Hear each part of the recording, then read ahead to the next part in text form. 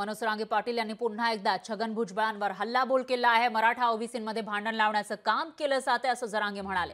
येवल्याच्या मुकादमानं भांडण लावण्याचं काम सुरू केलंय असं म्हणत त्यांनी नाव न घेता छगन भुजबळांवर निशाणा साधलेला आहे। तर ओबीसी मधून आरक्षण मिळेल याचा 100% विश्वास असल्याचंही जरांगे पाटील म्हणतात आणि 13 जुलैपर्यंत वाट पाहणार, मागणी मान्य होईल अशी अपेक्षा आहे असंही ते म्हणाले। सगळे सोयरेच्या मागणीमध्ये बदल होणार नाही असंही जरांगे पाटलांनी म्हटलंय। तर धनगर समाजाने एसटी मधून आरक्षणासाठी लढावं असंही या ठिकाणी जरांगे पाटलांनी म्हटलेलं आहे। आरक्षणाच्या लढ्यात आम्हीही त्यांच्या सोबत असू असं जरांगे पाटील म्हणाले।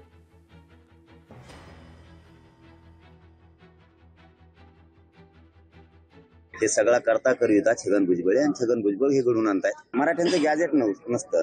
ओबीसीच्या यादी जी तयार झाली मंडल कमिशनच्या अगोदर पण होती, ती 83 क्रमांकाला जर मराठा आणि कुणबी आहे तर आपल्या नेत्यानं जाणून बुजून काही आमिषे आपल्या नेत्याला दिलेत की काय?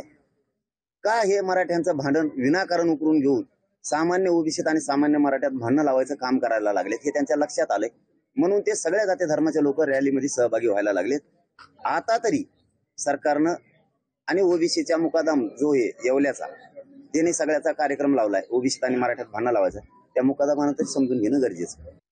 आता ते 13 तारखेपर्यंत शंभूराजे साहेबांवरती विश्वास टाकलेला 100% आम्हाला ओबीसीतून आरक्षण मिळत। आमच्या मागणीप्रमाणे सगळ्या सोयऱ्याची अंमलबजावणी आमच्या व्याख्याप्रमाणे सरसकट मराठ्यांना कुणबी प्रमाणपत्र द्यावेत ही पहिल्या दिवसापासून मागणी बदललेली नाही।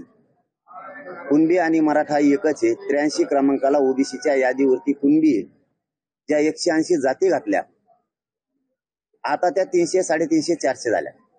म्हणजे बाकीच्या जाती ह्या पोट जाती उपजाती म्हणून घातल्यात। त्यांचा आणि यांचा व्यवसाय एकच आहे म्हणून त्यांनी घातल्यात। मग कुणबी मराठ्यांचा व्यवसाय शेती आहे, बाकीच्या महाराष्ट्रातल्या मराठ्यांचा व्यवसाय शेती। मराठ्यांची पोटजात म्हणून कुणबी ओबीसी आरक्षणात जात नाही का? बाकीच्या कशा गेल्या? त्यांचा आमचा व्यवसाय तर एकच आहे। त्यांचा आमचा रोटीबेटी व्यवहार पण होतो।